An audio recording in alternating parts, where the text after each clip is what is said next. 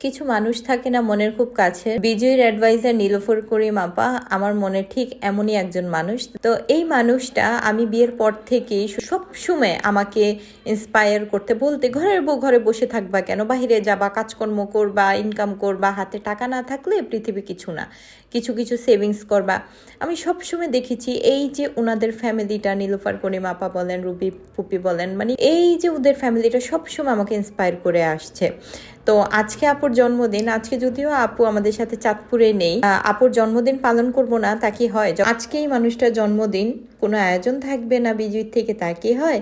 বরঞ্চ বিজয়ীকে 4 বছর যাবত যখন বিজয়ীর ক্রিটিক্যাল সময়গুলো চলছিল, এই মানুষটা সবসময় আমার পাশে থেকে আমাকে সাপোর্ট করেছে এবং অনুপ্রেরণা দিয়েছে, আমি তোমার পাশে আছি। এবং বিজয়ীর ক্রুশিয়াল মোমেন্টগুলোতে কোথায় কি করলে, কিভাবে করলে ভালো হয়, সবসময় এই মানুষটা অ্যাডভাইস দিয়ে গেছেন। তো আজকে আপুর বার্থডে ছিল এবং আমাদেরও অনেক দিন ধরে বিজয়ের কোনো গেট টুগেদার ছিল না। ভাবলাম যে সবাই মিলে একটা গেট টুগেদার করি এবং আপুর বার্থডেটা উদযাপন করি। যদি আপু চাঁদপুরে নাই, কিন্তু আমাদের দেখতে পাচ্ছে, তাই না? আমরা সবাই চলে গিয়েছিলাম নদীর পাড়ে আপুর বার্থডেটা পালন করার জন্য। সবাই বলেছিল আপু তোমার হাতের আচারি খিচুড়ি খাবো, প্লাস হচ্ছে প্রিমিয়াম ভ্যানিলা কেকটা খাবো। খিচুড়ির সাথে ছিল কাঁচামরিচ এবং ধন্যবাদ আর রসুনের ভর্তা। এই ছিল আপুর কেক এবং কেকটা সত্যি অনেক মজা হয়েছিল। তো এই তো সবাই মিলে এখন কেকটা কাটবো। কেকটা কাটার পরে আমরা সবাই হ্যাপি বার্থডে বলতেছিলাম, চিৎকার করতেছিলাম লিটারালি।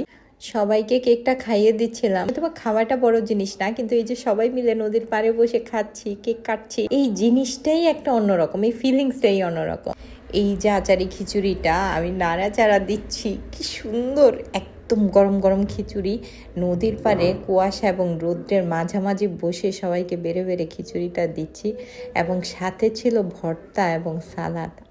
কি যে মজা! আশেপাশে ওয়েদারে ফিল নিচ্ছিলাম এবং খিচুড়িটা খাচ্ছিলাম। সবাই বলছিল আপু এরকম গেট টুগেদার দুই একটা রাখা দরকার বিজয়ের পক্ষ থেকে, তাহলে হচ্ছে কাজের স্পিডটা বেড়ে যায়। পরে বললাম যে হ্যাঁ আসলে আমাদের বিজয় থেকে কিন্তু এরকম গেট টুগেদার আগে প্রতি মাসে 2বার বা 3বার করে হতো। কর্মসূচি থাকে কিন্তু একসাথে বসে খাওয়া হয় না। সবাই দুষ্টামি করতেছি, হাসি মজা করতেছি। যারা আজকে আসেন নাই তারাও মিস করেছেন, আমরাও তাদেরকে মিস করেছি। বিশেষ করে কান্তা আপু, সেতু আপু, এই দুইজন আপুকে খুবই খুবই মিস করেছি আমরা।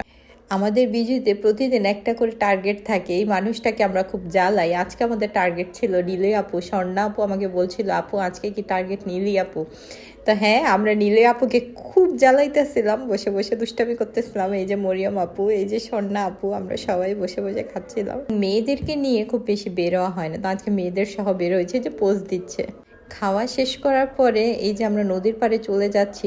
প্রোগ্রাম শেষে সবাই একটা গ্রুপ ছবি তুলছিলাম, গ্রুপ ভিডিও নিচ্ছিলাম আর বিজয়ী বলে চিৎকার করছিলাম। এই তো আজকের আয়োজন এটুক পর্যন্তই। আবার চলে আসবো কোনো একটা আয়োজন নিয়ে। আল্লাহ হাফেজ।